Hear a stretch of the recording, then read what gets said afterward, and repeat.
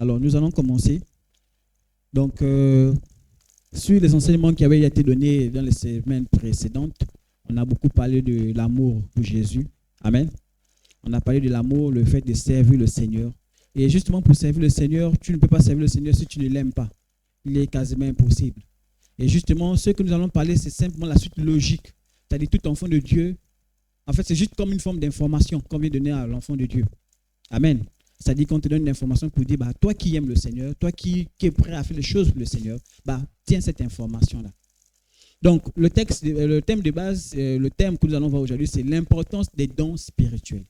Il est important pour une église de savoir que les dons spirituels ne doivent pas être méprisés ni négligés, mais sont très importants dans une église qui veut vraiment croître, qui veut vraiment prospérer avec le Seigneur. Et comme texte de base que nous avons, c'est Éphésiens 4, à partir du verset 11, qui nous dit « Et il a donné les uns comme apôtres, les autres comme prophètes, les autres comme évangélistes, les autres comme pasteurs et docteurs, pour le perfectionnement des saints en vue de l'œuvre du ministère et de l'édification du corps de Christ. » Amen. On dit « pour le perfectionnement des saints ». Donc, il a donné. Comme le mot « donner » dit, vient de donner, donc le don. Donc, il a fait un don. À qui? À l'Église. Et pourquoi? Pour le perfectionnement des saints en vue de l'œuvre du ministère et de l'édification du corps de Christ. Jusqu'à ce que nous soyons tous, on n'a pas dit une seule personne, mais on a dit nous soyons tous parvenus à l'unité de la foi et de la connaissance du Fils. Donc à quoi? La connaissance du...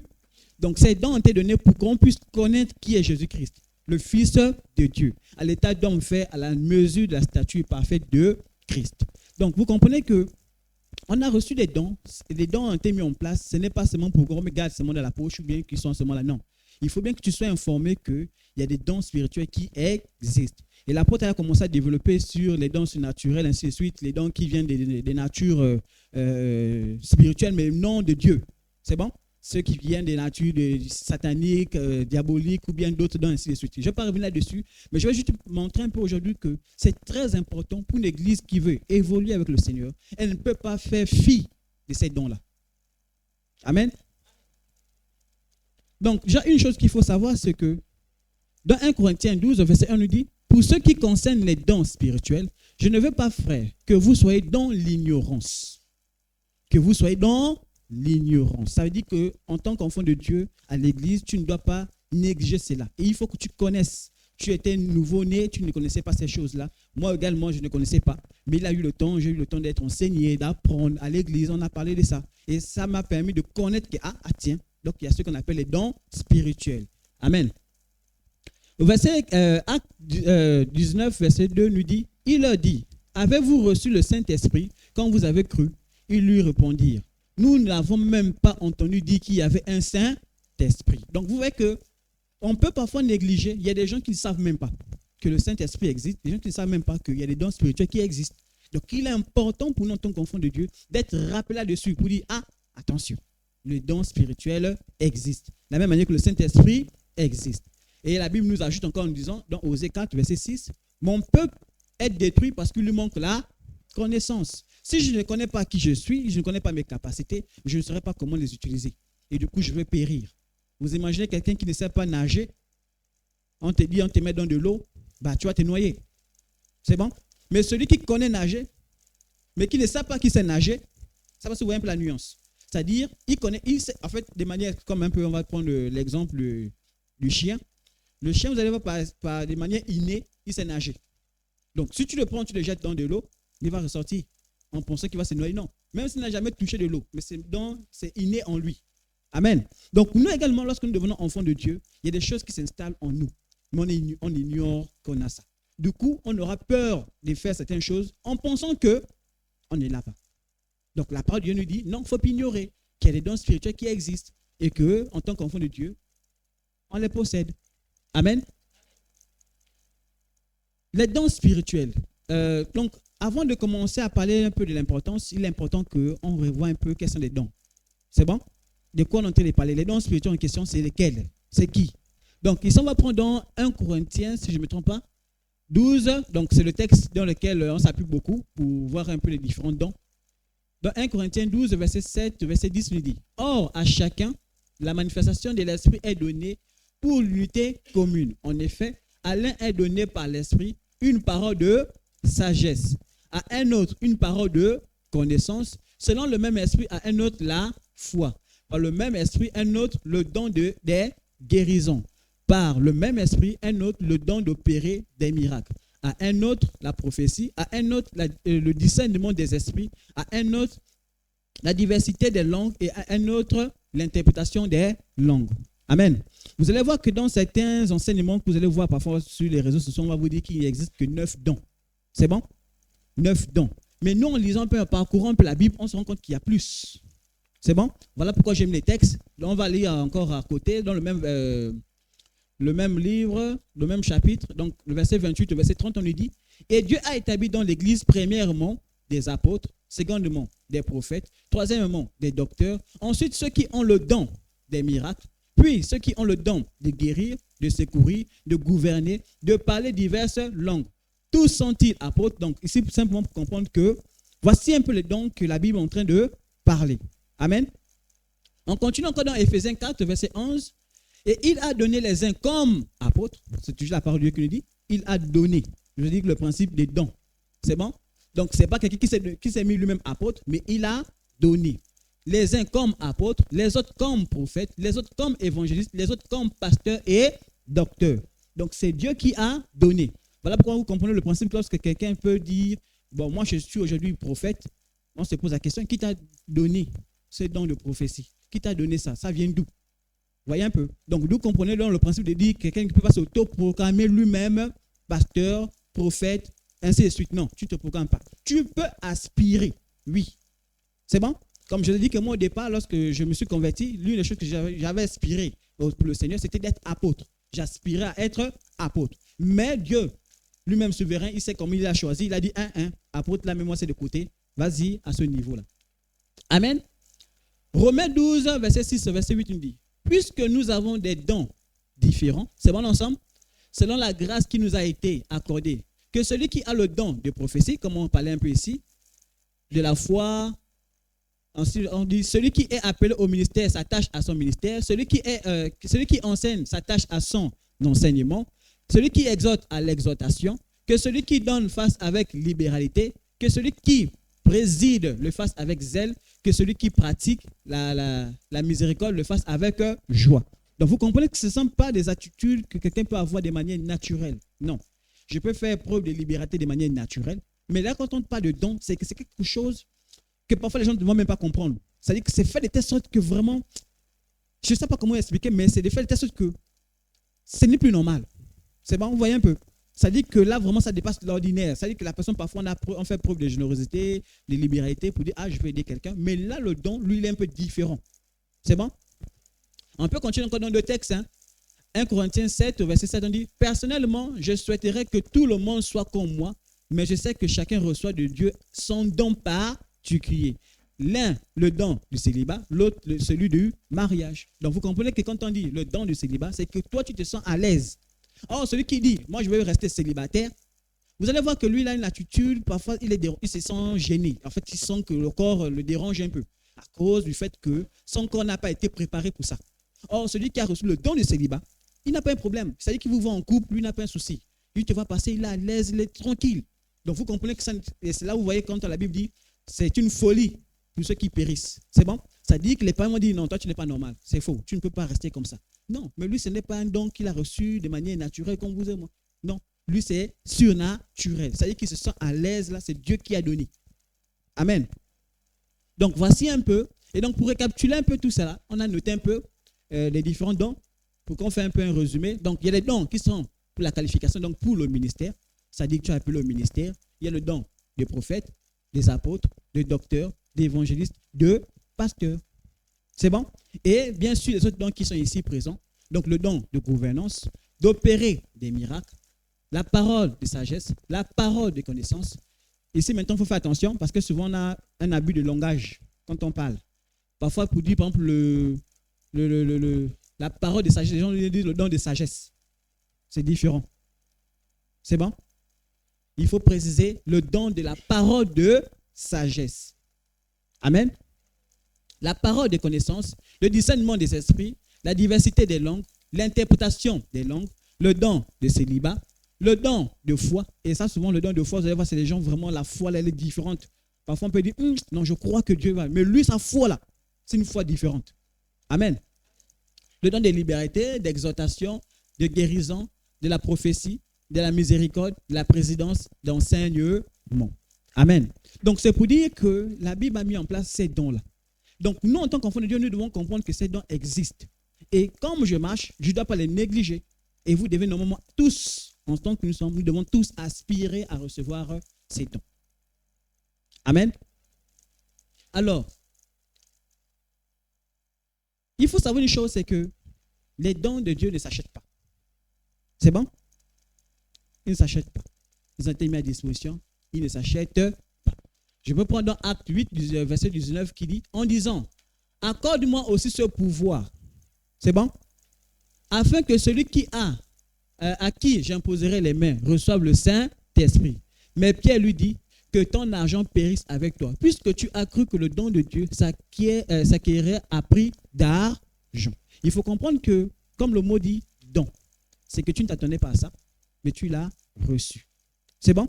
Tu ne peux pas venir dire, bon, je vais aller acheter le don de ceci, le don de cela, le don. Non, ça ne s'achète pas. Amen. 1 Corinthiens 12, verset 7 dit, or, à chacun la manifestation de l'Esprit est donnée pour l'utilité. Donc, est donnée. Ce n'est pas acheté, mais c'est donné. Matthieu 10, verset 8 dit, guérissez les malades, ressuscitez les morts, purifiez les lépreux, chassez les démons. Vous avez reçu gratuitement, donné gratuitement. Donc, pour dire les dons, tu n'as pas payé. C'est Dieu qui a fait grâce et tu as reçu. Acte 2, verset 38, on dit, Pierre leur dit, repentez-vous. Donc, c'est pour dire que si tu avais dans ton cœur cette manière de penser, parce qu'aujourd'hui, pourquoi beaucoup cherchent les dons spirituels, ils cherchent la manifestation de l'Esprit Saint en eux. C'est parce qu'en fait, ils veulent impressionner le monde. Ils veulent montrer qu'ils sont forts. Ils veulent faire des miracles comme on voit aujourd'hui, les gens parlent aujourd'hui trafiquer. Et vous allez voir que généralement, quand tu es dans ce cas-là, tu auras tendance à aller faire les pratiques. Parce que tu veux montrer aux gens. Parce que ton objectif, attends, c'est quoi? Ce n'est pas, on verra la suite, ton objectif, ce n'est pas d'édifier l'église, ce n'est pas d'être utile pour le peuple de Dieu, mais c'est parce que tu veux simplement montrer que moi aussi, j'existe. C'est parce qu'on comprend un peu. Voilà pourquoi certains même veulent maintenant surpasser Dieu. C'est-à-dire qu'ils veulent penser que quand tu as reçu un don, tu peux faire de ce don ce que tu veux. La Bible nous interpelle sur comment utiliser justement ces dons et comment ils agissent. Et donc, comme je disais, sur ce point, je ne vais pas tout revenir là-dessus, mais j'aimerais juste nous montrer l'importance de ces dons. Amen. Et on ajoute, et que chacun de vous soit baptisé au nom du Seigneur Jésus-Christ pour le pardon de vos péchés, et vous recevez le don du Saint-Esprit. Donc, tout part de la repentance. Ça veut dire que je ne peux pas l'acheter. Mais le fait que je me suis repenti, l'une des premières repentances que nous faisons sur la terre, c'est dire que lorsque tu acceptes Jésus-Christ comme Seigneur et Sauveur. C'est l'une des premières repentances. C'est que tu te repens du fait que, je marchais là, je n'avais pas Jésus-Christ dans ma vie. Je faisais tout ça là, je n'avais pas Jésus-Christ dans ma vie. Donc je me repens. Et une fois que je me repens, on dit, tu reçois le don du Saint-Esprit. Et c'est là maintenant les dons spirituels commencent à venir dans ta vie. Donc c'est simplement pour nous faire comprendre que les dons spirituels sont réservés à tous ceux qui ont cru en Jésus-Christ. Amen. Tous ceux qui ont cru en Jésus-Christ. Tu n'as pas cru en Jésus-Christ, tu ne l'as jamais accepté comme Seigneur et Sauveur. Tu ne peux même pas aspirer à ces dons. Toi, ce que tu dois aspirer, c'est la repentance. Il faut te repentir d'abord. Une fois que tu te seras repenti, à ce moment-là, tu pourras parler des dons spirituels. Amen. Les dons sont l'expression de la grâce de Dieu. C'est bon? En tant qu'enfant de Dieu, nous devons comprendre que les dons sont la grâce de l'expression de Dieu.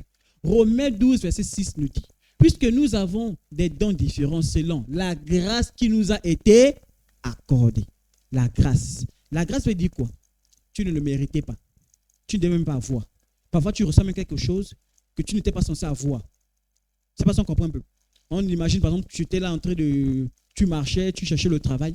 Mais soudainement, on te dit, tu es nommé directeur quelque part. Tu es nommé...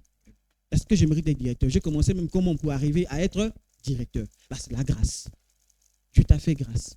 Et aujourd'hui, on parle des prisonniers qui ont reçu la grâce présidentielle. 1 Pierre 4, verset 10 nous dit, comme de bons dépensateurs de diverses grâces que chacun de vous mette au service des autres le don qu'il a, la grâce que nous avons reçue. Donc, les dons que nous avons reçus aujourd'hui, que tu as reçus en tant qu'enfant de Dieu, ces dons-là, c'est une grâce. Tu ne dois pas te vanter de les avoir. Non, c'est une grâce. Tu dis simplement, Seigneur Jésus, merci parce que tu m'as béni de ces dons. Amen. Donc, les dons sont distribués par Dieu selon sa souveraineté. Ça, il faut savoir. C'est Dieu qui décide. Je vous ai dit que moi, j'aspirais à être apôtre. J'ai dit, moi, c'est apôtre. Mais Dieu lui-même a décidé. Il a décidé, il a dit, toi, c'est ça. Tu peux aspirer à être évangéliste. Dieu te dit, mon frère, laisse.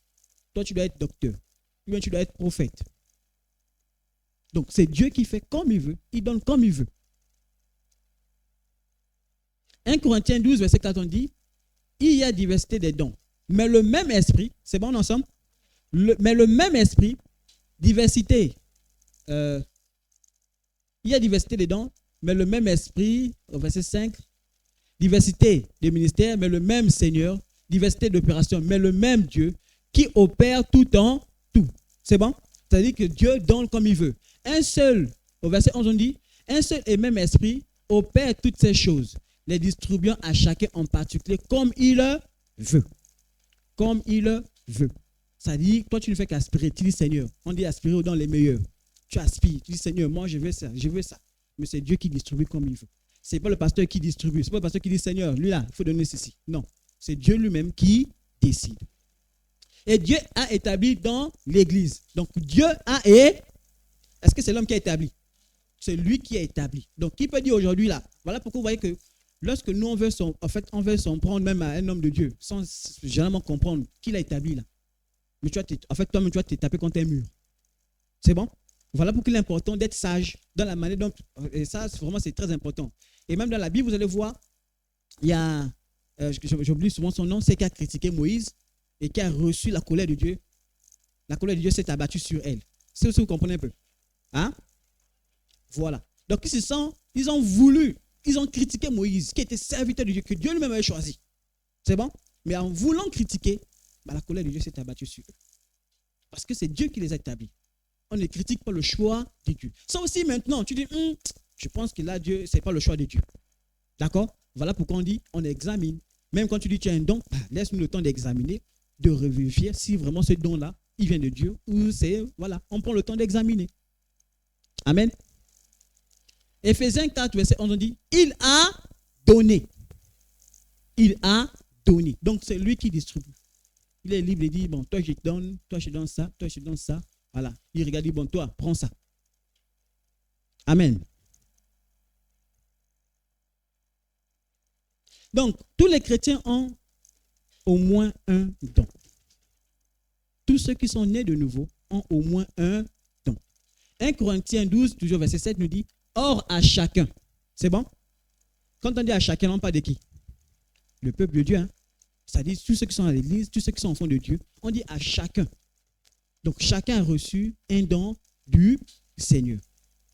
Amen. Peut-être qu'on ne parlera pas encore pour le moment pour savoir. Avec l'apôtre, on verra bien comment ça s'est passé pour la semaine prochaine. Comment parler pour reconnaître quel est le don que j'ai reçu. Mais au moins, tous ceux qui sont enfants de Dieu ont au moins un don. Les distribuant à chacun en particulier comme il veut. Donc à chacun, il distribue. Il distribue.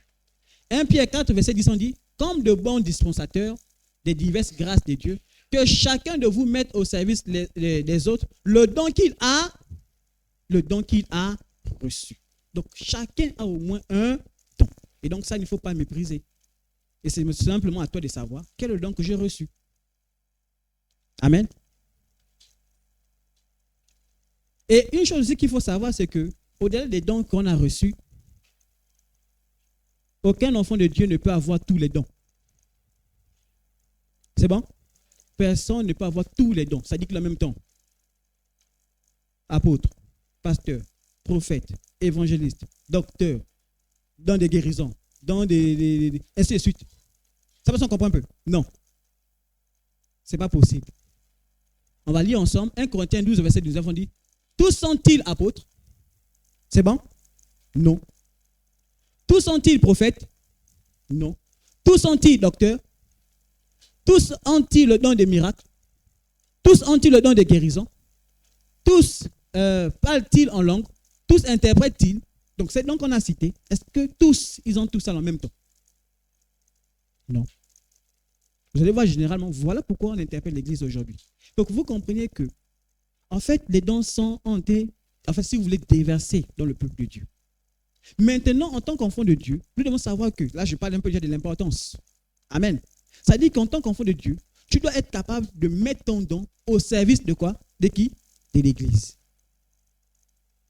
Voilà pourquoi on a parlé d'abord de l'amour. Et justement, celui qui veut mettre à disposition le don, c'est d'abord celui qui veut servir. Si tu n'as pas envie de servir, à quel moment ce don va se manifester? Ça peut comprendre un peu. Ça dit que tu n'as jamais voulu prier pour quelqu'un qui est malade. Mais à quel moment ce don va se manifester si tu es là? C'est bon? Tu n'as jamais eu la capacité de dire, je vais intercéder pour quelqu'un. Ou bien je vais venir exhorter quelqu'un. Mais à quel moment, si tu as le don d'exhortation, peut se manifester? Donc vous comprenez que tout ça est relié à celui là-bas qui aime le Seigneur et qui a envie de le servir. Il ne s'intéresse pas là-bas à savoir est-ce que j'ai le don de ceci, le don de là. Non, il ne sait pas là-bas. Je vous ai dit que moi, quand j'ai commencé, tout de suite, j'avais envie de servir le Seigneur. Et j'avais aspiré à être apôtre. Maintenant, lui-même l'a dit non. En fait, tu te trompes, ce n'est pas apôtre. Toi, normalement, c'est dans le pastorat que je t'appelle. Voici comment tu vas faire les choses. Je vous dis que les premières fois que je priais pour quelqu'un, c'était les élèves généralement que je faisais des cours. Je ne savais pas. Je ne connaissais pas si je pouvais prier pour quelqu'un, la personne de recevoir la guérison. Mais j'ai appris dans la parole de Dieu que voici les miracles qui accompagneront ceux qui auront cru. En mon nom, ils prieront pour les malades seront. Sur la base de ça, je m'appuie, je dis, bon Seigneur, toi-même tu as dit, sur la base de ta parole, je veux prier pour quelqu'un qui est malade. Je vois la personne souffre tellement. Je suis là, je suis chrétien. Je peux prier pour cette personne, tu peux faire grâce. Et je viens, je me mets à prier. C'est comme ça que je dis, oh, ah bon? Les gens reçoivent la guérison. Mais pourquoi? Parce que j'ai d'abord eu le courage d'essayer. Or, beaucoup, en voulant se cacher, en voulant ne pas vouloir justement se mettre au service du Seigneur, bon, on fait quoi? On étouffe le don qu'ils ont reçu. On étouffe le don qu'ils ont reçu. D'autres, c'est dans le péché qu'ils ont étouffé ce don. Or, c'est dommage. C'est dommage. Dans l'église, vous voyez aujourd'hui, je peux prendre l'exemple de comment on met les dons au service de l'église. Vous voyez souvent quand on fait l'agapé, qu'est-ce qui se passe? Chacun quelque part, non? Est-ce que tout le monde prépare? Est-ce que tout le monde coupe le bois? Est-ce que tout le monde, je ne sais pas, va au marché acheter les choses? Non. C'est réparti. Chacun fait quelque chose, mais pour le bien quoi? Pour tout le monde. Pour tout le monde. Vous avez même pendant que vous étiez en train de les préparer là-bas, bon, les pasteurs ne faisaient rien. Les pasteurs sont en train de chercher à gérer l'église, à marcher, à organiser. Ça va s'en comprendre un peu. Mais pourquoi? Chacun fait quelque chose. Pour que quand les gens arrivent, ils ne sentent pas le vide. Parce que pendant que vous êtes en train de les préparer, il y a des gens qui occupent les gens qui arrivent. On les entretient, on prend soin d'eux. Mais pendant ce temps-là, il y a des choses qui sont en train d'être faites. Mais imaginez si tout le monde se met à la marmite. Bon, les nouvelles personnes qui vont arriver, on fait comment? Elles vont se balader, vont se tourner, mais parce que tout le monde est à la même chose. Donc vous comprenez que là, et là même encore dans la cuisine, il y aura cela, on va dire non, toi tu es spécialiste des grillades. Voilà, des tchèpes, ainsi de suite, ainsi de suite. C'est bon? Donc vous comprenez un peu que, mais sans connaître, tu connais préparer le tchèpe comment? Parce que tu as un jour tu as préparé le tchèpe en question. N'est-ce pas? Mais tu n'as jamais préparé, tu vois, c'est vrai que tu connais préparer le tchèpe comment? Nullement. Donc, c'est un peu cela. Amen. Romains 12, verset 6 nous dit, puisque nous avons des dons différents, selon la grâce qui nous a été accordée, que celui qui a le don de prophétie l'exerce selon l'analogie. Donc, vraiment, en tant qu'enfant de Dieu, nous ne devons pas mépriser les dons que nous avons reçus. Amen. Donc, nous possédons tous des dons. Mais on ne peut pas tout posséder. C'est impossible. C'est impossible. Tu ne peux pas tout avoir. C'est vrai, il peut y avoir certains qui manifestent plusieurs dons en même temps. C'est bon? Mais il ne peut pas tout faire. Voilà pourquoi si toi tu te caches dans ton coin en disant je ne veux pas, comme moi au début, quand j'ai commencé à ma conversion, je disais je ne veux pas être responsable, je ne veux pas être vu. Mais je ne comprenais pas. J'étais encore dans l'ignorance. L'enseignement m'a permis de comprendre que non, si tu as la capacité d'exhorter quelqu'un. Et la première fois que j'ai commencé, j'ai senti en moi le désir de parler à quelqu'un de Jésus. D'enseigner quelqu'un, d'emmener quelqu'un vers le Seigneur. Et jusqu'à ce que le Seigneur lui-même m'a fait sortir, il a dit, bah, voilà. Et comme on a dit, tu peux aspirer un don. Dis, Seigneur, j'aimerais bien parler à quelqu'un de Jésus. J'aimerais bien enseigner. Et Dieu qui est souverain peut te l'accorder. Amen. Donc, les chrétiens devraient rechercher à exercer leur don, comme je disais. Tu ne peux pas dire que tu es un enfant de Dieu. Tu gardes ton don pour toi-même. Même déjà pour toi-même, ça ne te sert même à rien. C'est bon? Imaginez quelqu'un qui a acheté un gros bus. Le gros bus, il est seul dedans. Ça dit, il part au travail, il est seulement dans le bus là seul. Il part faire les courses, il est seul à l'intérieur. Bon, mon frère, tu as acheté le gros bus là, pourquoi? Il te sert à quoi exactement? C'est bon? Oh, quand tu as acheté un gros bus, tu vois tes frères qui marchent, il est monté. Tu vois? Tu te mets au service des autres pour le bien de l'église. Et ça, là, souvent, vous voyez, certains frères, il a acheté la voiture parfois, et ça, c'est un témoignage que j'ai reçu. Lui, chaque dimanche, il partait chercher les frères pour les amener à l'église. Avec son véhicule. C'est-à-dire qu'il prend le véhicule, il part, il prend les frères, il les ramène à l'église. C'est-à-dire que c'est une grâce qu'il a eu son véhicule. Mais il dit, je vais le mettre au service de l'église. Qu'est-ce qu'il fait? Il part chercher les frères, il vient les dépose à l'église. Il part, il prend. Donc, ça dit qu'au début, avant que le culte commence, lui, il part chercher les frères. Il vient, il dépose. Il part, il dépose. Quand le culte commence, il a garé, il part faire son culte tranquille. Il mettait son don, son bien au service de l'église. Amen. Et c'est la même chose qu'on fait lorsqu'on fait les offrandes. C'est que c'est ton bien. Tu dis, tu ne fais pas pour le pasteur, tu ne fais pas parce que tu veux faire plaisir à quelqu'un. Tu dis, je le mets parce que je veux que l'église prospère.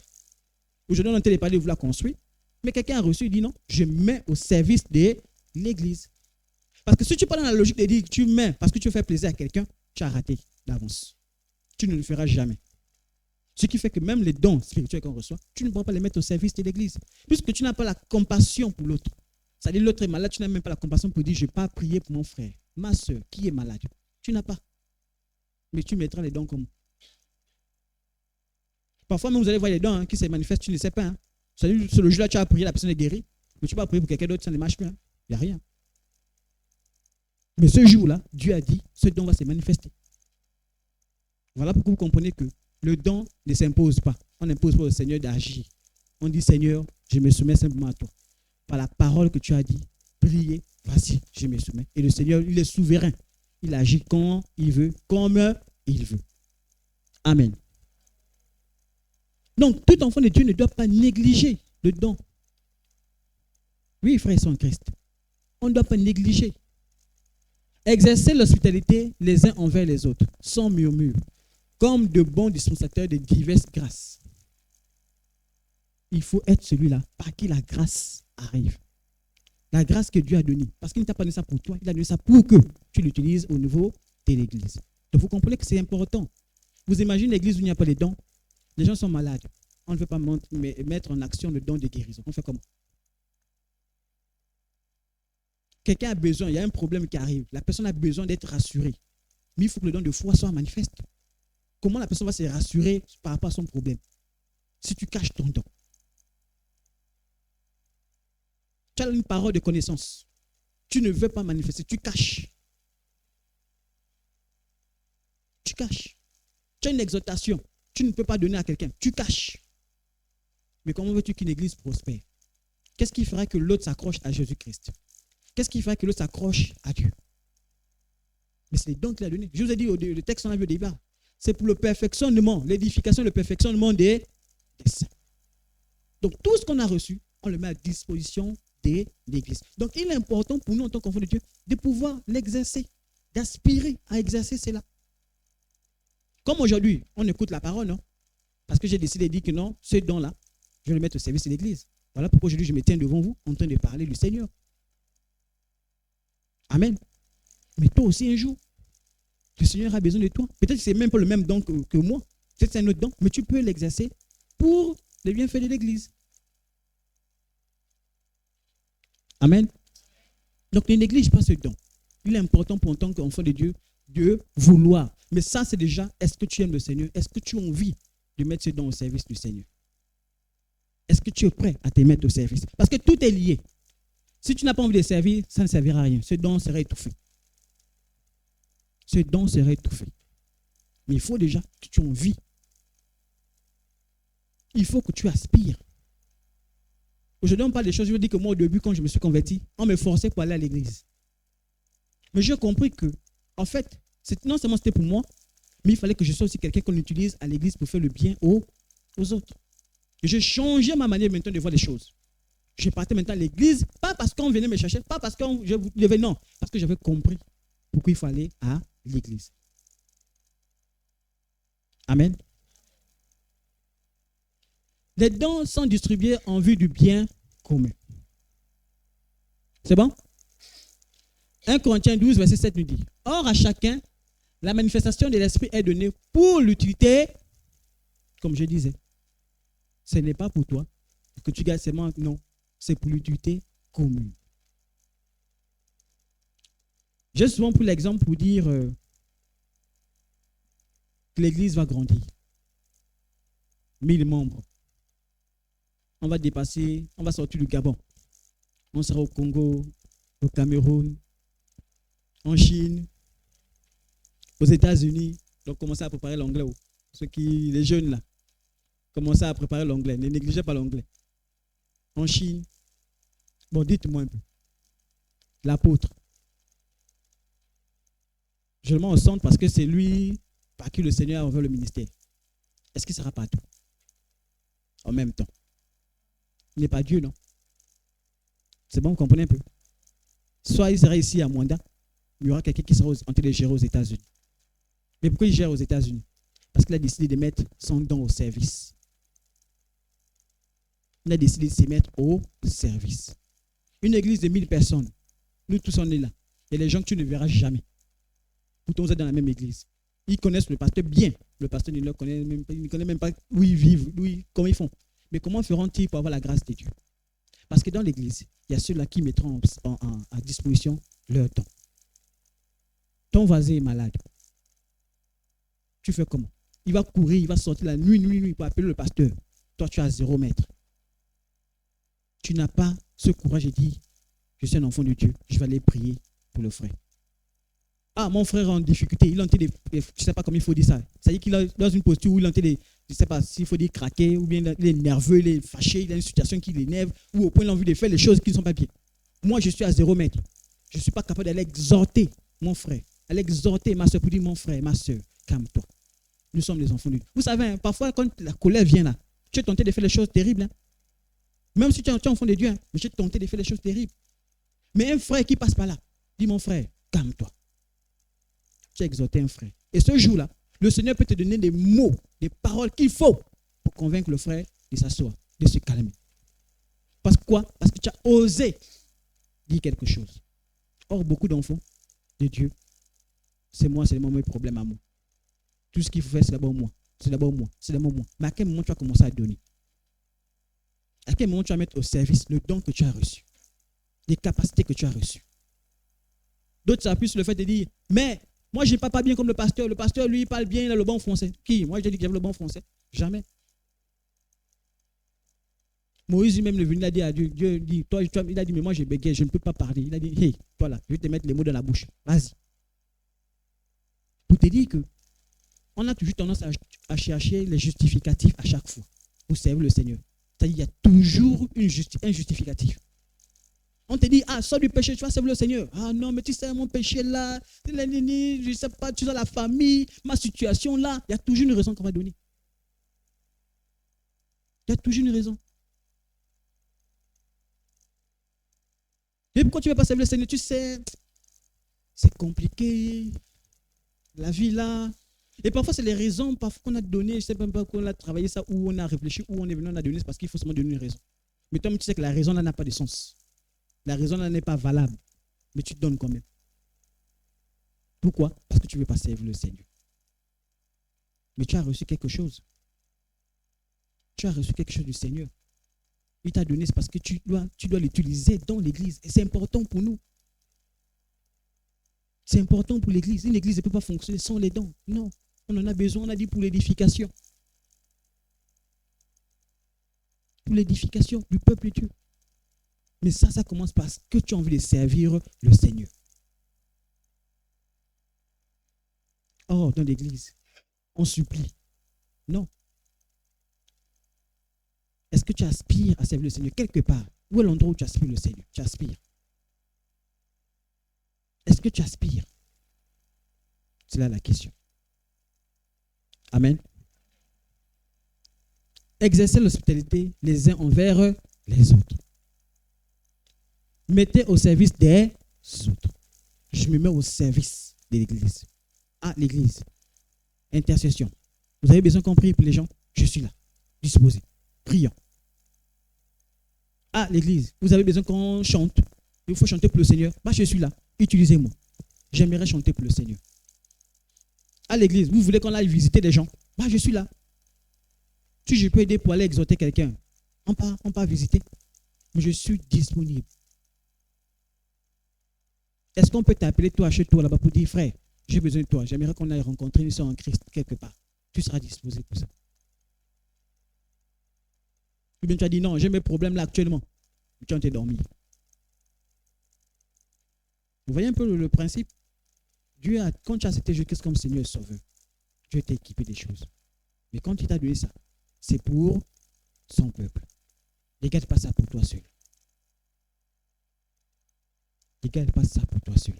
Mais au service de l'Église. Pour l'édification de l'Église, comme je disais. L'Église, vous avez compris, l'Église, c'est le corps de Christ. 1 Corinthiens 14, verset 12 nous dit, de même, puisque vous aspirez aux dons spirituels, c'est bon? Vous avez compris, non?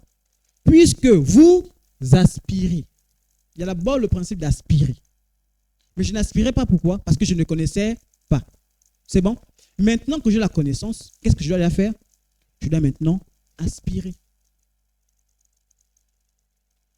Que ce soit pour l'édification de l'Église, que vous cherchez à en posséder abondamment. Que faire donc, frère? Lorsque vous vous assemblez, c'est bon? Lorsque vous vous les uns, les autres parmi vous ont-ils? Donc, quand on se rassemble, est-ce que quelqu'un a un cantique? C'est bon? C'est-à-dire, je suis avec l'église, je vous partage un cantique. Je pourrais chanter chez moi, mais on s'est rassemblés. Ça peut être une réunion où des frères se retrouvent, les frères sont échangés. Mais à ce moment, bah, je dis, frère, j'aimerais partager un cantique avec vous. Voilà pourquoi souvent il y a des sœurs en Christ, elles ont souvent des révélations, elles viennent ici avant la réunion, elles disent, frère, j'aimerais partager un cantique. C'est le principe. Ça dit qu'elles ont un nouveau cantique qu'elles ont eu à apprendre ou bien qu'elles ont eu à composer. Que le Seigneur a donné la grâce, elles ont eu à composer. Mais elles n'aimeraient pas garder ces paroles pour elles seules. Elles viennent partager avec l'église. Frère, j'ai un cantique que j'aimerais partager. Oh, cela on dit, ah, tu nous embêtes. On n'est pas venu pour chanter. Non. Mais c'est un cantique qu'on t'a partagé. Tu ne sais pas que dans les paroles, là, il y a peut-être une révélation qui est là donnée. Parfois, il y a des cantiques qu'on chante là, tu peux penser que c'était pour toi là. Le cantique là, 2 ans plus tard, il y a quelqu'un à qui ça va impacter. C'est-à-dire ce cantique a été mis en place pour cette personne. C'est-à-dire il y a des choses qui ont été dites comme ça, mais à l'instant, ça ne dit rien. Mais c'est plus tard que tu dis, ah, mais tiens, on avait dit ça. Donc c'était pour moi. Oh. Mais pourquoi? Parce que quelqu'un juste s'est dit, ah, je vais dire ça. Il y a des gens qui ont reçu des paroles de connaissance, mais sont venus dire, ah, je ne sais pas hein, à qui ça appartient. Je viens seulement, j'ai dit ça comme ça là. Celui à qui ça appartient, récupère simplement. Psaume 133, verset 1, cantique des degrés. Bon, ici je disais un cantique, une instruction, une révélation, une langue, une interprétation, que tout s'efface pour l'édification. Donc quand on se retrouve, une instruction, ah les gars, les frères, ah excusez-moi, j'ai dit les gars.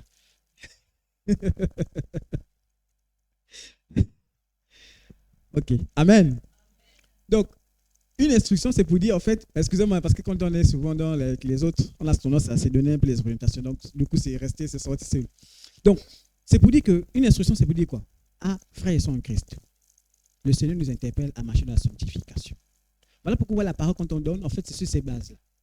On peut ressentir un besoin, le Seigneur nous interpelle. Non, il faut que vous parlez sur ça. Parlez d'abord de ça. Vous savez que quand l'église n'est pas mature, il y a des choses que le Seigneur ne peut pas faire. Vous savez ça? Ah oui, hein? Quand l'église encore est mature, le Seigneur bloque certaines choses. Il attend que vous grandissiez d'abord. C'est quand l'église grandit maintenant qu'il déverse. C'est bon? Voilà pourquoi il dit, ah, avant que je ne fasse ça, toi là, parle. Dis un peu, interpelle, parce que je vois, il y a un peu le désordre. Il peut interpeller pour dire, non, j'ai remarqué que dans l'église, il y a des gens qui viennent, je vais prendre un exemple, hein. Il marche le chewing-gum, il met sur la chaise. Vous voyez un peu? L'autre, il vient, La dernière fois, je crois qu'on a reçu une interpellation sur la Sainte Seine, par exemple. Pour dire, attention, la Sainte Seine est consacrée pour le Seigneur. Ne méprisez pas ça, ne laissez pas ça n'importe comment. C'est-à-dire les ustensiles qu'on utilise pour la Sainte Seine. Il faut prendre soin de ça. Ça peut se comprendre un peu. Mais c'est une interpellation du Seigneur pour dire, prenez soin de mes choses. Je ne suis pas d'accord. Mais c'est venu de qui?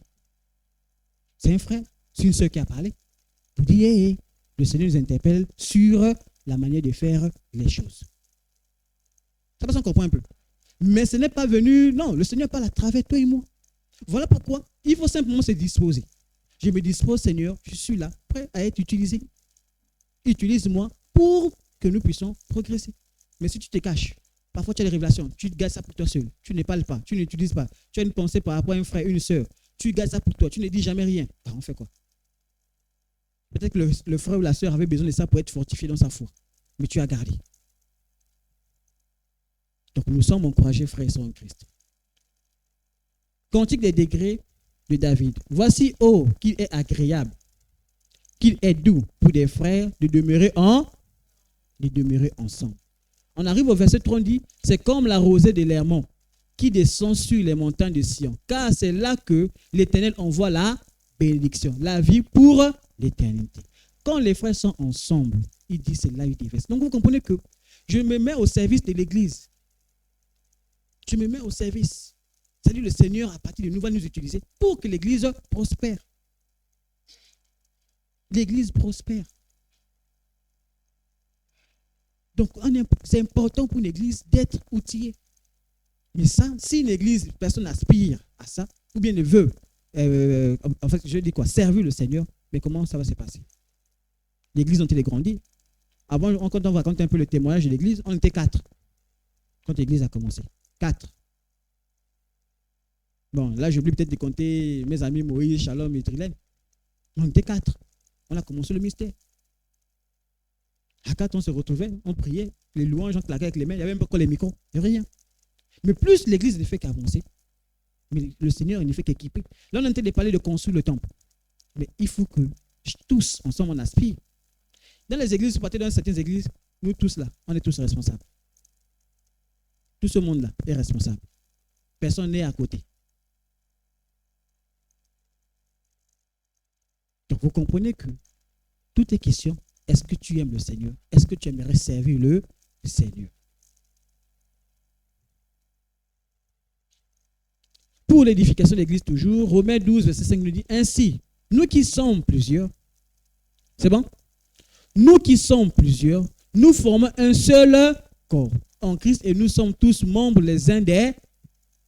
Nous formons un seul corps, parce qu'on a dit. Et cela, vous prenez l'exemple du corps. Quand on prend l'exemple du corps, le corps est là. Sur ce corps-là, il y a plusieurs membres. Il y a les mains. Sur les mains-là, il y a encore d'autres membres. Il y a les orteils, les doigts, tout. On dit chacun a un rôle. Chacun a un rôle. La bouche veut manger. Qui amène la nourriture? La main. La main pour prendre la nourriture. Qui l'aide à aller prendre la nourriture? Les pieds. S'il n'a pas les pieds, ce sera difficile pour aller chercher. Donc vous comprenez que chacun à son niveau fait en sorte que le corps fonctionne correctement. Il y a ceux-là qui sont exposés, il y a ceux-là qui sont moins exposés. Et c'est comme ça. Voilà pourquoi tu ne t'étonnes pas de savoir que, par exemple, toi, là où tu sers le Seigneur, on ne te voit pas, quasiment pas. On ne sait même pas qu'est-ce que tu fais. Oui. Il y a des gens qui servent le Seigneur dans l'ombre. Ça dit qu'on ne sait pas que lui, là, il y a des gens, quand vous allez voir, bon, je ne sais pas, je prends un exemple qui me vient. Comment quelqu'un sert le Seigneur? Parfois, il y a d'autres qui servent le Seigneur avec leur argent. Mais tu ne peux pas savoir qu'il y a quelqu'un qui donne l'argent. Parce qu'il donne l'enveloppe, il n'a jamais même écrit son nom. Tu ne sais pas qu'il y a quelqu'un qui vous donne l'argent. Tu ne sais pas de qui ça vient. Tu dis simplement, il y a quelqu'un qui a donné l'argent ou quelqu'un qui a fait la dîme. Mais tu ne sais pas d'où ça vient. Ça on comprend un peu. Mais il sert le Seigneur. De la manière qu'il a trouvé de servir le Seigneur. Nous, on appelle le don de libéralité, non? C'est-à-dire que c'est lui-même qui a dit, moi, je vais servir le Seigneur comme ça. C'est lui-même. Personne ne l'a imposé. Il y a d'autres qui disent, non, moi, là, je dois être au niveau du pasteur. Bon, tu t'exposes. Voilà pourquoi je dis, il y a certains qui sont plus exposés que d'autres. Mais tu ne dois pas dire parce que l'autre est plus exposé que toi tu es négligé. Non. Même les récompenses qu'on aura au ciel, les récompenses ne sont pas faites en fonction de celui qui est exposé ou de celui qui n'est pas exposé. Hein. Non. Est-ce que tu as servi le Seigneur comme il se doit, avec amour, avec fidélité, avec, dans la sanctification, ainsi de suite. Des gens peuvent être là exposés, mais ils servent le Seigneur dans les choses atroces. Le moment arrivé là-bas, le Seigneur dit, toi là, tu te prends pour qui? C'est comme ça que je t'ai demandé de servir. Et on en parlera même dans la suite. Pour parler des dangers de ceux qui ont reçu les dons, mais qui veulent maintenant faire comme si les dons les appartenaient. Amen. Ainsi donc, recherchons ce qui contribue à la paix et à l'édification mutuelle. Romains 15, verset 2 nous dit que chacun de nous complaise au prochain pour ce qui est bien en vue de l'édification.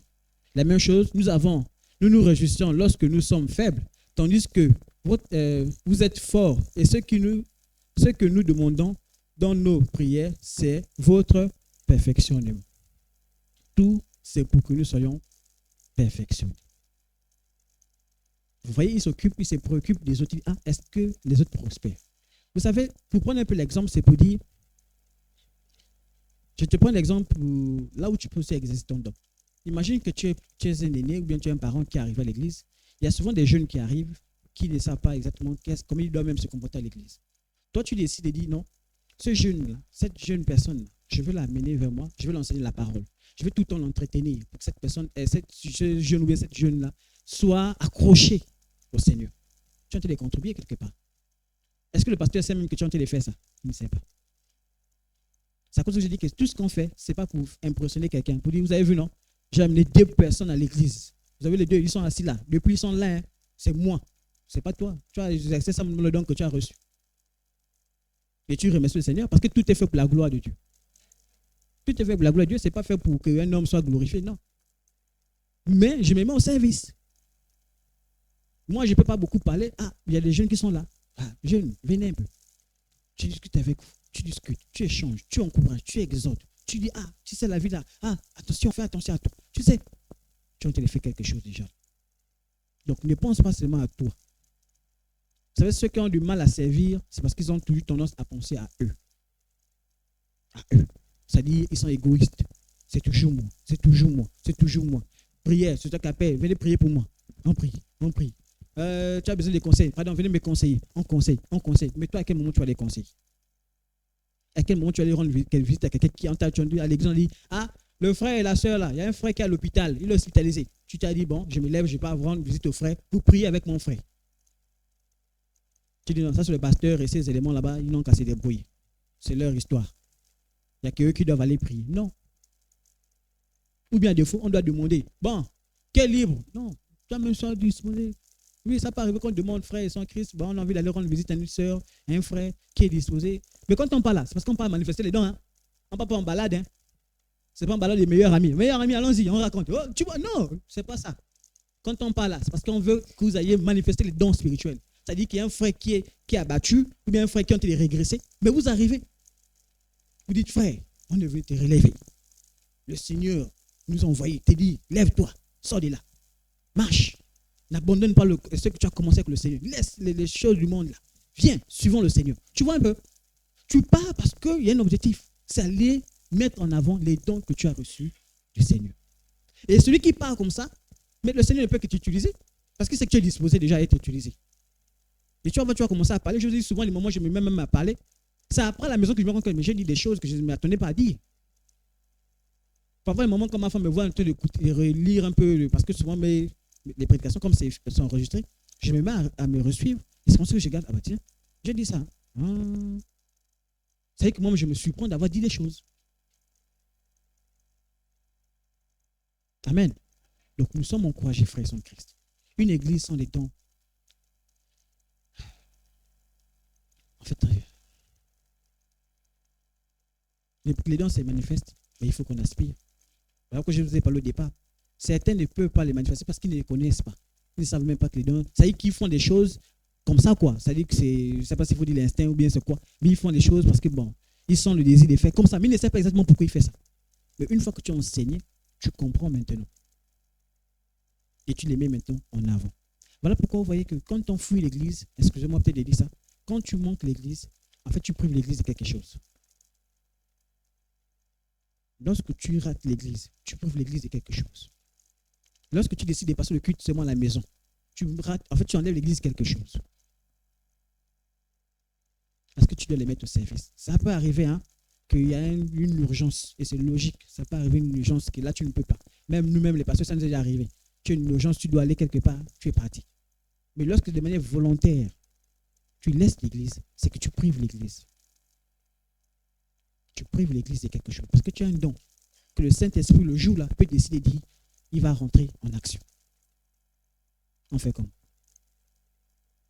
Donc, nous ne nous mettons pas au service de quelqu'un. On se réunit parce qu'on veut se mettre au service les uns les autres. De la même manière que quelqu'un peut avoir un souci de santé, l'église peut dire, frère, on a un frère qui est en difficulté et il a besoin d'aide financière, cotisons pour aider. C'est la même chose. Vous allez voir, je peux prendre l'exemple. Quelqu'un qui était malade, le budget de la santé s'est élevé peut-être, je ne sais pas, à 100 000. On a cotisé tous, on a donné 100 000. Celui qui s'est marié, lui, son budget s'élève à 1 million. On a cotisé à lui 1 million. Il ne faut pas que celui qui a reçu les 100 000 parce qu'on a cotisé pour sa santé va dire, mais comment? Moi, on a seulement donné 100 000. Lui a reçu 1 million. Non, tu n'as pas compris. C'est pas, les choses de Dieu, la justice de Dieu, ce n'est pas comme ça que ça fonctionne. Ce n'est pas comme ça que ça fonctionne. Je me mets simplement au service si je peux. Voilà pourquoi si vous avez compris le principe de la liberté, c'est qu'on ne te force pas. On te dit simplement, toi-même, manifeste la liberté. Toi-même conscient de l'œuvre du Seigneur qu'on est en train de faire. Si tu es conscient que c'est important pour le Seigneur, tu aimes le Seigneur, toi-même tu agiras. On n'a pas besoin de te mettre la corde au cou, bien t'appuyer, donnez. Non, on n'a pas besoin de ça. Toi-même, tu dis, parce que je veux mettre au service de l'Église, j'ai reçu quelque chose, je veux accompagner l'œuvre du Seigneur. Mais si tu n'as pas, tu n'as pas. C'est aussi simple que ça, non? La même manière aussi que tu n'as pas, tu peux venir poser. Voilà qu'on dit, c'est pas interdit quand tu me dis, frère et sœur en Christ, je suis dans une difficulté financière actuellement. Est-ce que vous ne pouvez pas prier pour moi? Oui. Frère en Christ, j'ai besoin d'aide. Oui, c'est l'église, c'est ça l'église.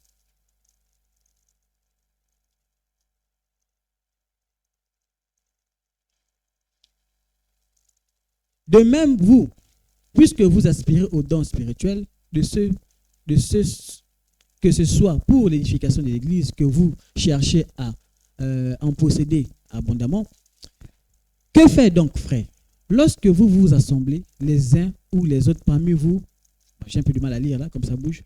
Lorsque vous vous assemblez, les uns ou les autres, parmi vous auront-ils un cantique, une instruction, ainsi comme je disais, Psaume 131, je crois que c'est une répétition.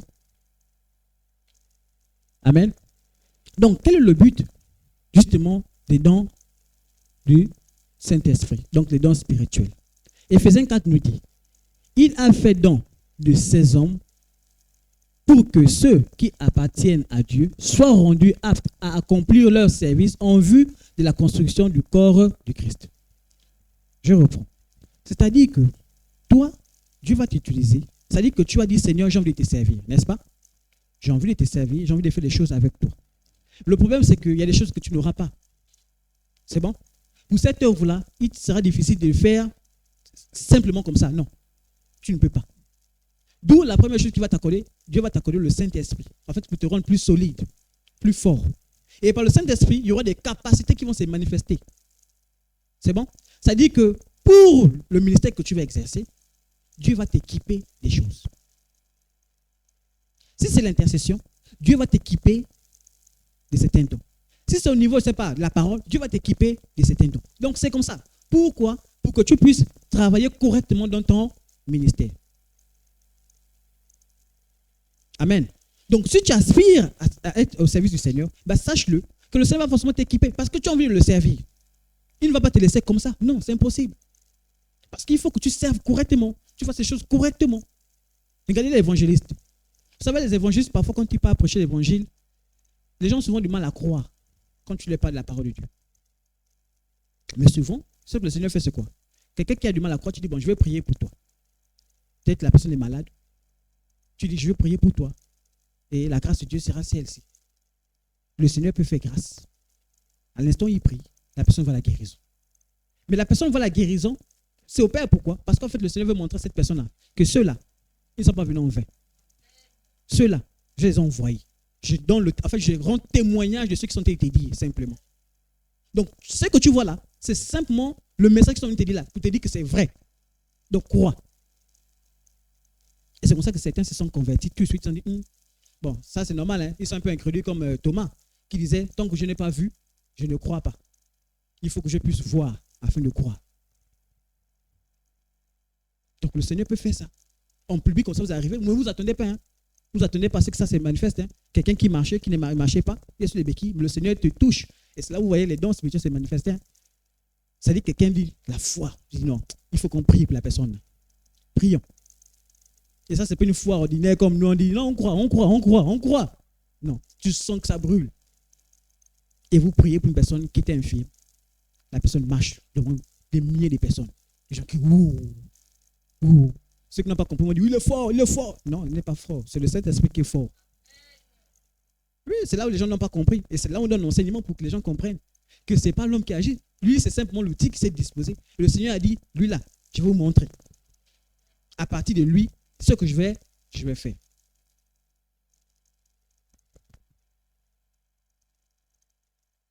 Et justement, les dons sont mis à disposition. Pourquoi? Comme je disais, l'affermissement. Parce que le Seigneur t'équipe pour que tu sois un outil pour les autres. C'est bon? Donc, une fois que tu es équipé, toi, tu vas maintenant aller vers les autres, tu vas les fortifier. Donc, tu vas aller quoi? Dans l'affermissement, la croissance spirituelle. Voilà pourquoi moi, je dis souvent, j'encourage les chants pour qu'ils ne méprisent pas leur ministère. Qu'ils ne se disent pas que leur ministère, c'est simplement un truc où on chante, on chante, on chante, on chante. Non. Il y a un objectif aussi dedans. Il y a des gens qui se sont convertis par la louange. Oui. Donc, il ne faut pas mépriser en disant que non, la louange, c'est juste les paroles, ça n'a pas d'importance. Non. Au contraire, il ne faut pas négliger ça. C'est important parce que c'est la louange, on a été chanté pour le Seigneur. Voilà pourquoi j'encourage les chants. Préparez-vous aussi correctement pour votre ministère.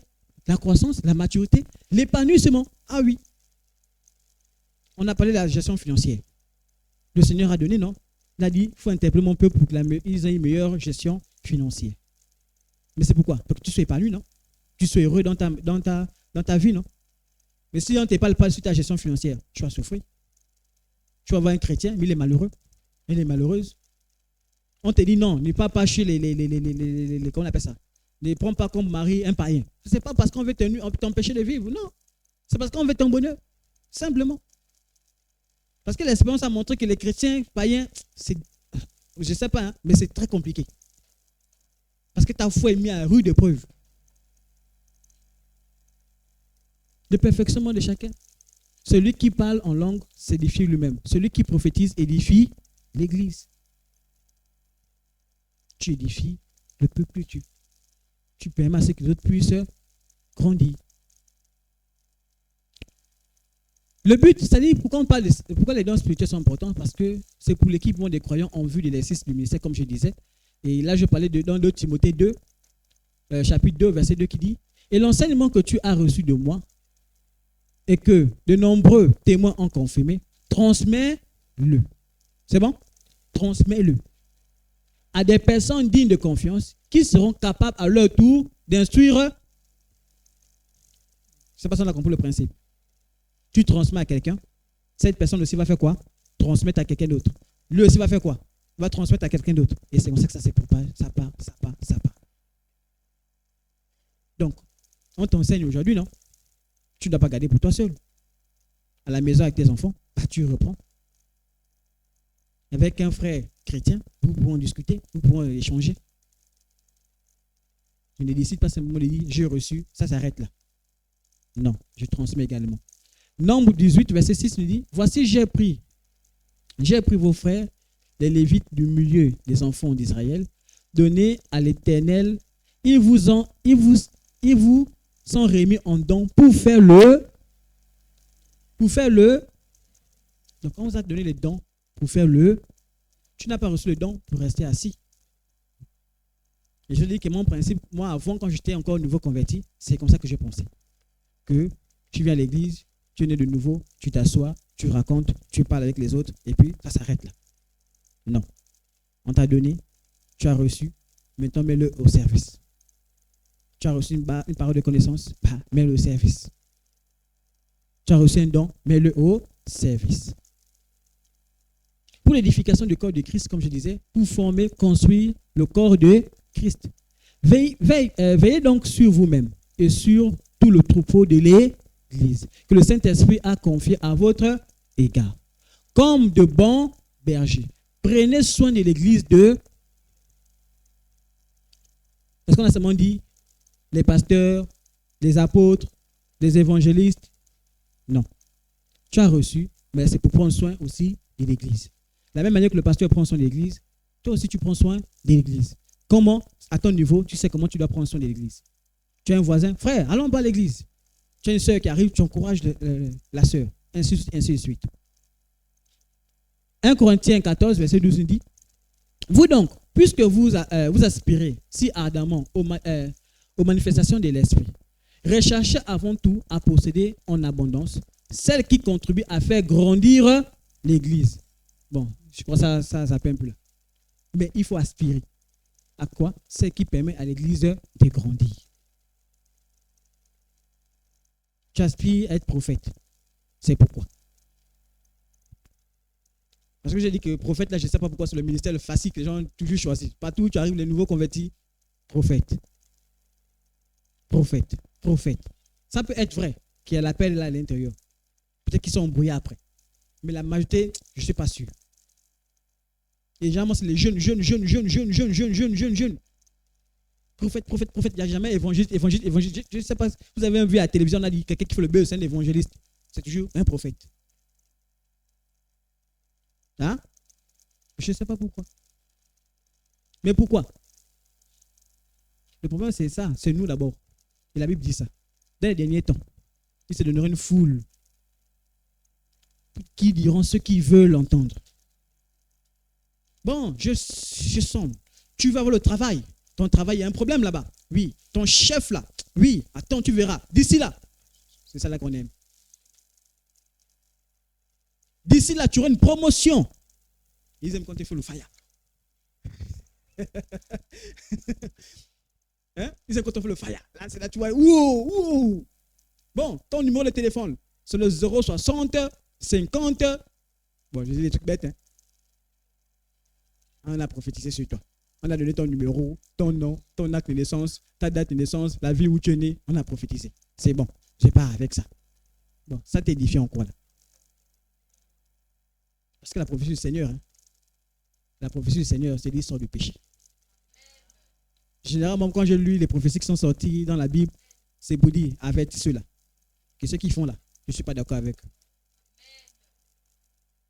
Et les prophéties ont dit seulement, toi là, oui, on voit que tu prospères. N'est-ce pas? Oui, peut-être c'est une parole d'encouragement pour te dire, mon frère, sois fortifié, d'ici là tu vas travailler, c'est bien. Mais ce n'est pas pour, voilà. Parce qu'il faut qu'on grandisse. Le Seigneur peut te dire une révélation, ah, attention, le chemin que tu es en train de prendre là, tu risques de faillir. Tu risques de faillir. Sors de là, arrête ce que tu es en train de faire. Et là, c'est là où la parole de Dieu dit, ne méprisez pas les prophéties. On ne méprise pas. Quand le Seigneur t'interpelle, tu dis, ah, je m'interpelle, hein. Je fais attention. Et surtout quand tu sais que c'est vrai. C'est-à-dire que tu es en plein dedans. Le Seigneur t'interpelle, tu dis, ah, là quand même Dieu m'interpelle. Permettre de présenter l'évangile de manière puissante, comme je disais.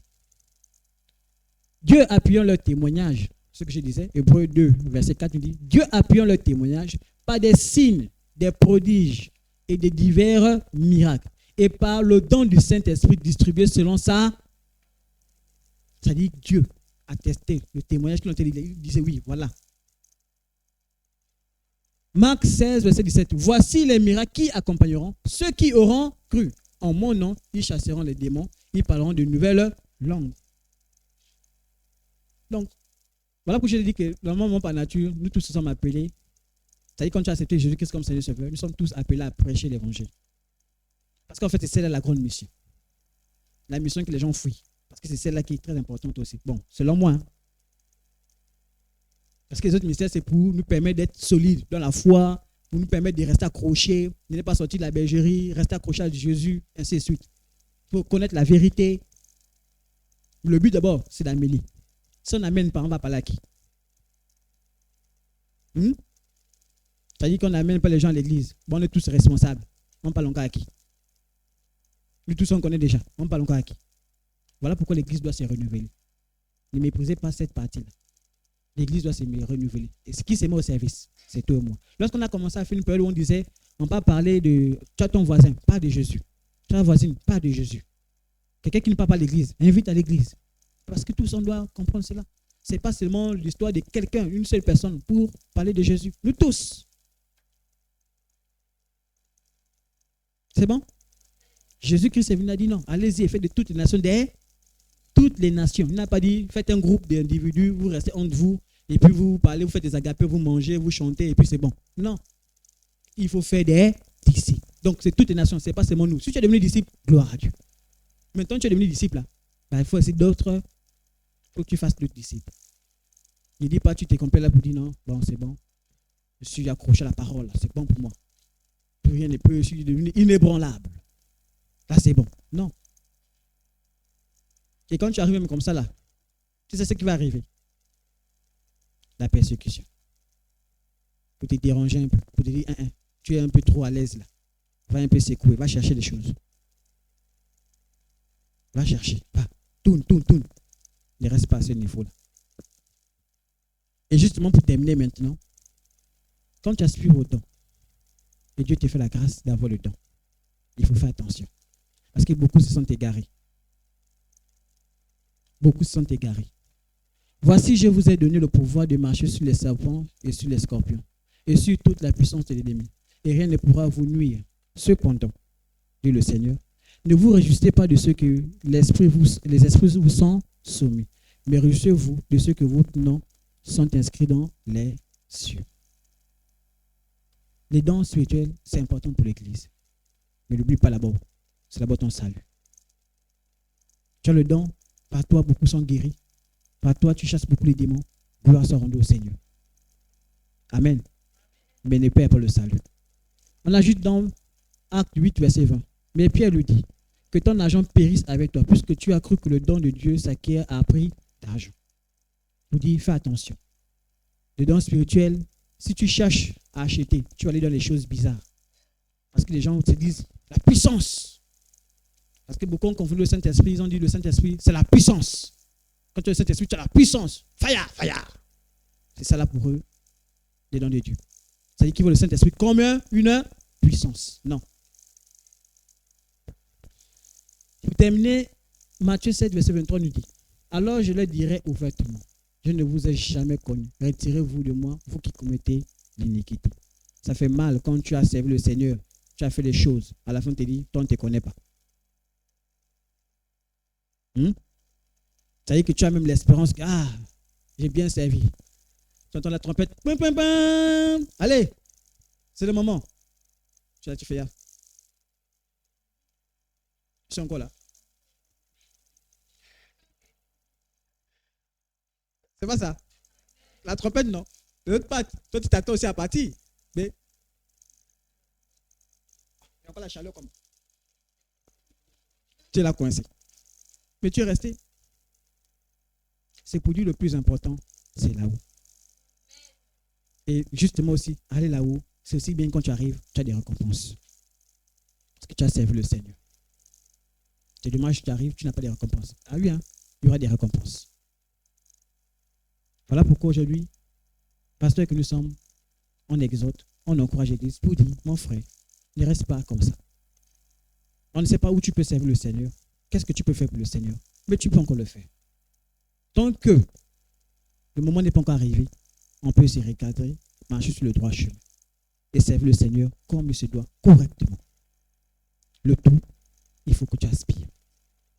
Je te donne mon témoignage en te disant, au début, je ne comprenais pas. Je me suis converti depuis 2013. Mais c'est à partir de 2020 que j'ai réellement commencé à marcher avec le Seigneur. Ça dit comme une fois, pendant cette période, j'étais dans le flou. Le flou, pourquoi? Parce que je n'avais pas la révélation, je n'avais pas la connaissance. Je ne partais même pas à l'église.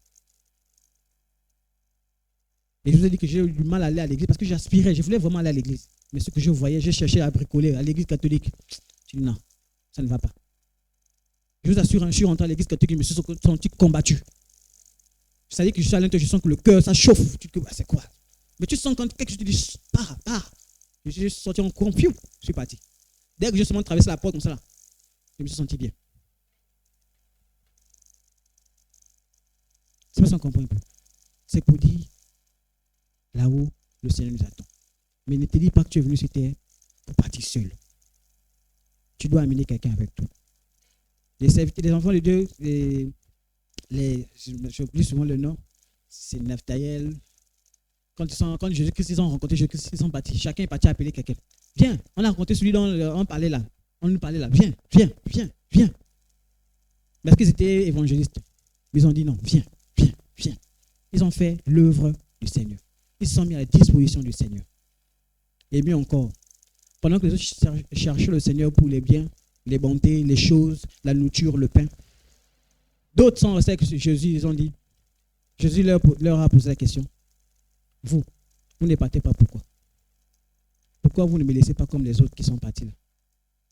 Eux, ils sont venus parce qu'ils cherchent le pain, tout. Ils pensaient que c'était la belle fille qu'ils devaient avoir. Mais vous êtes restés pourquoi? Ils ont dit simplement, où irons-nous? Que les paroles de la vie. C'est pour tout ce qu'on fait là, c'est d'abord le ciel. Mais comme je suis conscient que j'irai au ciel, je ne peux pas partir seul. Je dois faire en sorte que mon frère arrive. Et justement aussi, pour qu'on puisse aller, il faut qu'on forme les soldats. Les soldats, c'est qui? C'est toi, c'est moi. Pour aller au front, appeler les gens, pour amener les gens vers le Seigneur. Et pour ça, il faut se disposer. Amen. Alors ensemble, on va bénir le Seigneur pour son amour et sa fidélité et pour tout ce qu'il a fait pour nous.